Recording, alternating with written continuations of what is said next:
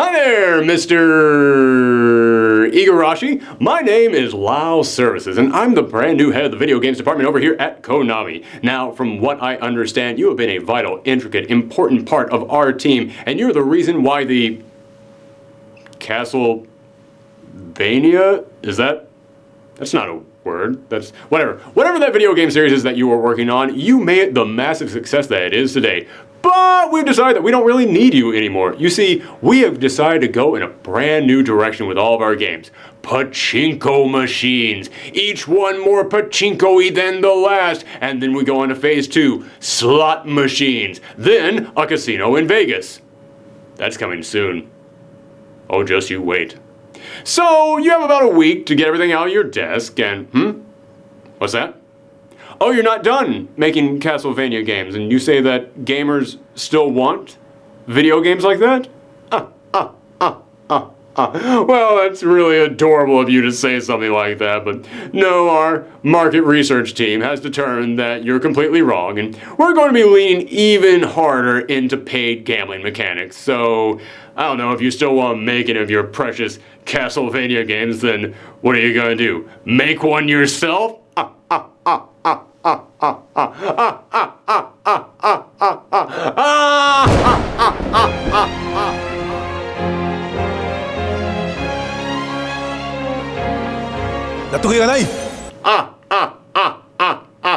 Why isn't anyone else laughing with me? Oh, right, I fired everyone else. I'll go laugh with my pachinko machines. They know what's up. I'm going to start this review with a confession.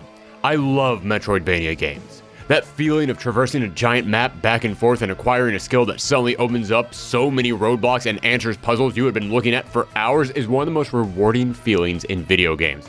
However, I never played any of the Koji Igarashi Castlevania games. The games that literally put the Vania in Metroidvania. So when he announced that he would be going to Kickstarter to fund his latest game and it was going to be in the spirit of his old Castlevania games, I didn't get any kind of nostalgic rush from it.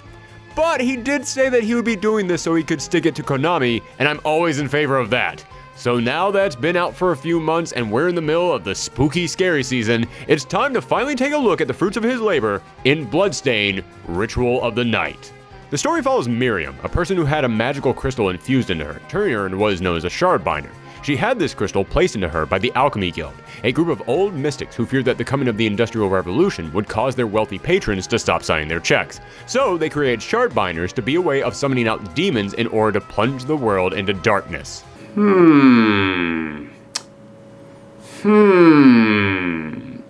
So the bad guys here are a bunch of greedy old guys who are so obsessed with money that they decide to purposely destroy their own world if it means they can make a buck.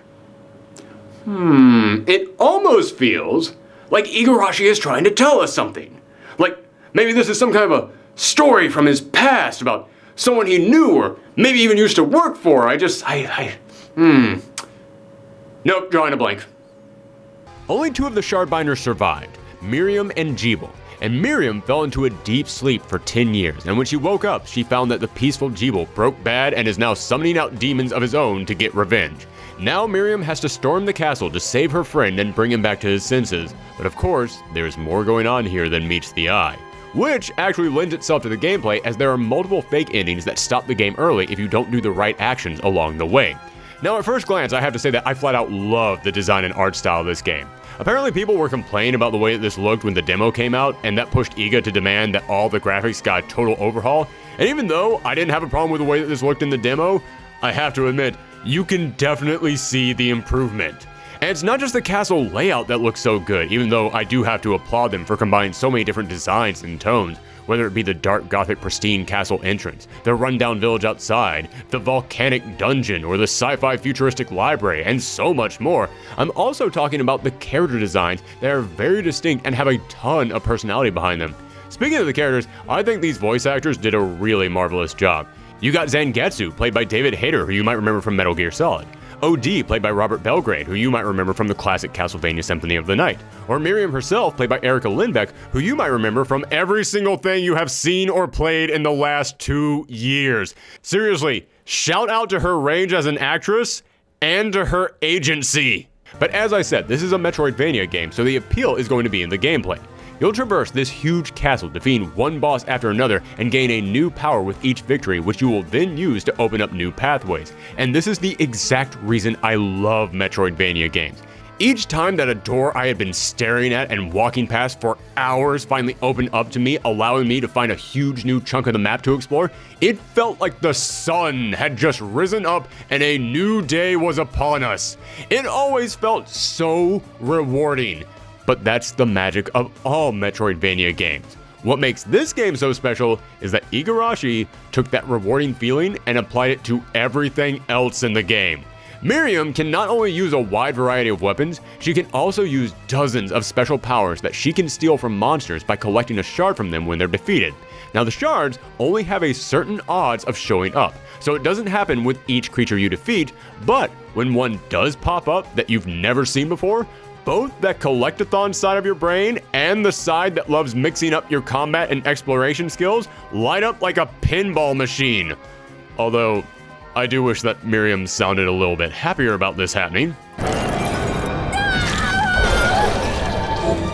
Yeah, it's hard for me to celebrate finally unlocking that rare crystal when Miriam sounds like she just stubbed all her toes at once. But each enemy can also drop items that you can use to perform alchemy, merging your loot into new items, weapons, or armor. And at first, it feels like a lot of work, but once you finally get it going, once you start saving up for the bigger items or merging the items you already had to make superior versions, you see a huge boost from it. There was one massive legendary weapon that I ended up creating by fusing 3 or 4 other super rare weapons together, each of which were made up of very hard to collect items that I spent a long time searching for. And yes, this did take a lot of work to make, but the end results were so worth it. You can also mix food together to make new meals, and each time that you eat a dish for the first time, you get a permanent stat boost. Again, some of these ingredients are hard to track down, but when you see your strength permanently increase, it makes you glad that you spent all that time in the kitchen slaving over a hot cauldron. P.S. As a side note, I know food giving you a permanent stat increase isn't a new mechanic, but between this and River City Girls, it feels like it's making a comeback, and I am all for it. I don't know why, but the idea of our hero becoming an unstoppable juggernaut from eating cheeseburgers is just fun to me. However, you can also use these items you craft to fulfill side quests from one of the 3 villagers in the game, such as the old woman who keeps asking you for meals, the lady from the church who wants items to bury the dead with, and a widow who wants you to hunt down a certain number of monsters to get revenge.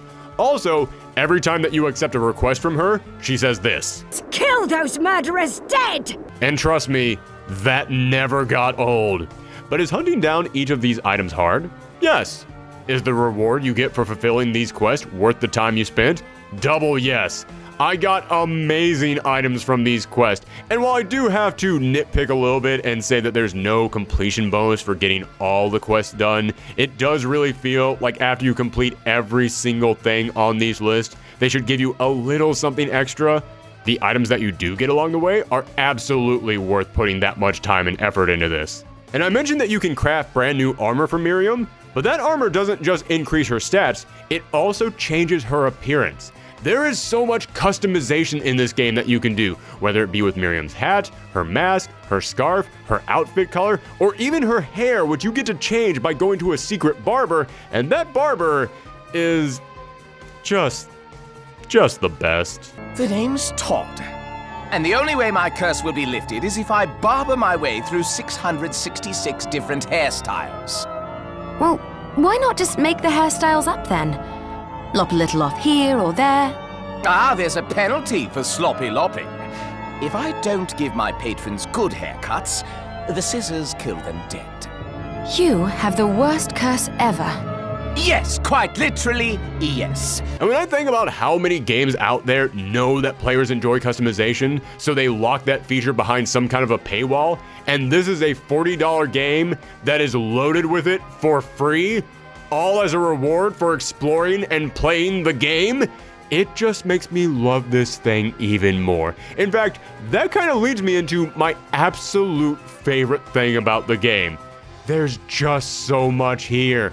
There are so many secrets hidden behind breakable walls. Not just items, but whole rooms or paths that are totally optional to explore. There are so many special items that you can get just for fun, such as clown shoes that make Miriam squeak whenever she walks around.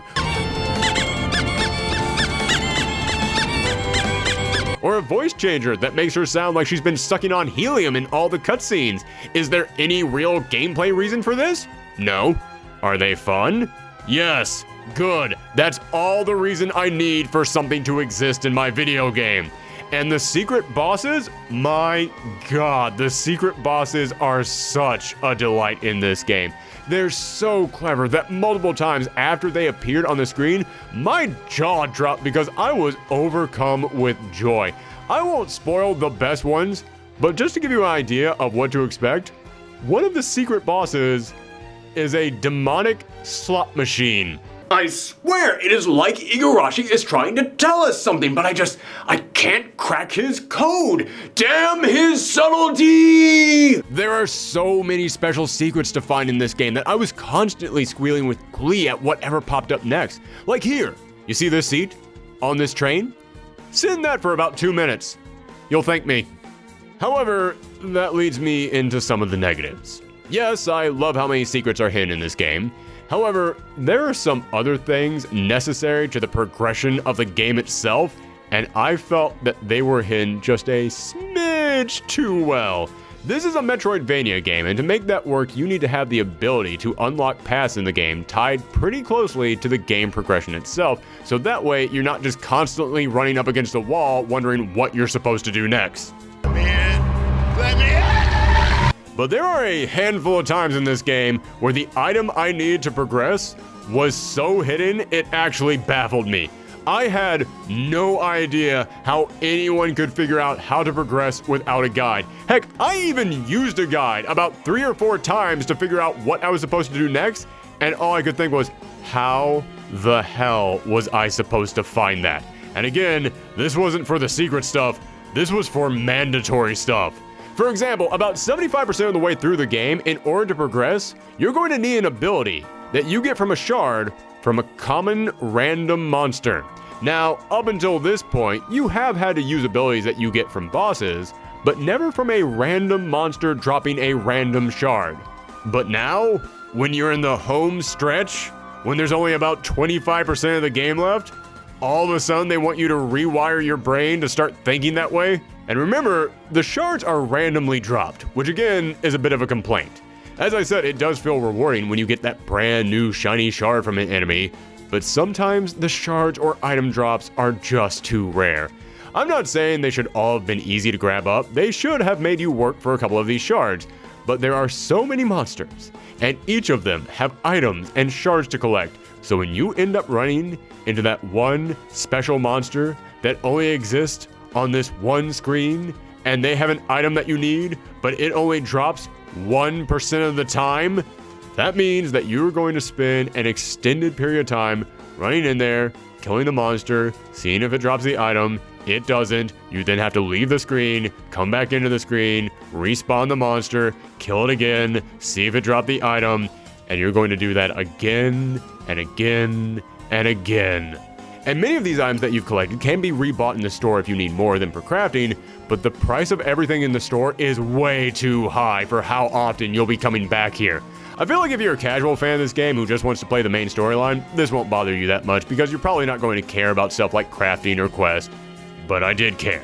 And I can't lie to you guys, having to constantly go back to the shop over and over again to dump all my hard-earned money directly into their pockets, only to get a few items in return, it was exhausting at times. However, sadly, that's not the biggest complaint with this game. This thing is buggy, and I always cut indie games some slack for bugs, but this is pushing even my tolerance. I played this on the PlayStation, which is buggier than the PC, but not as buggy as the Switch port, so I feel like I got a nice spot right in the middle of this issue. And my game crashed multiple times. It eventually got to that point where if my game hadn't crashed in a while, I started looking for save and warp rooms on every single screen like I was looking for a gas station and my car had been on E for half an hour. In fact, in all honesty, the reason why I waited so long to finally talk about this game is because I love playing it so much that I wanted to give them a chance. I wanted to give them the opportunity to come in here and fix all these bugs. However, this is a big, gothic, spooky game involving monsters, and it's Halloween. I kinda can't delay this any longer, and from what I understand, no, the bugs still haven't been fixed, so yeah, when it comes to this one particular issue, they did kinda drop the ball. Granted, when talking about people that used to work for Konami, dropping the ball is a sliding scale. So, even though I flat out love this game, the slight frustrations I felt did knock my score down a smidge, but the continuous bugs and crashings hammered that stake down another few inches. So, I have to give this game an 8.5, which I know is still a really high score, but I'm disappointed because I had so much fun with this, I wanted to give it something much, much higher. But maybe after all the DLC comes out, it'll finally give them an opportunity to go back and fix some of these errors and it'll start running smoothly, and I can then come back and give it another look. But for now, if you need a good gothic monster mash to enjoy this Halloween, I still totally recommend this. Just make sure that you use the save rooms whenever you get the chance. But let me know what you thought of this game down in the comments below or on Twitter and Twitch. Thanks for tuning in, everyone, and happy Halloween.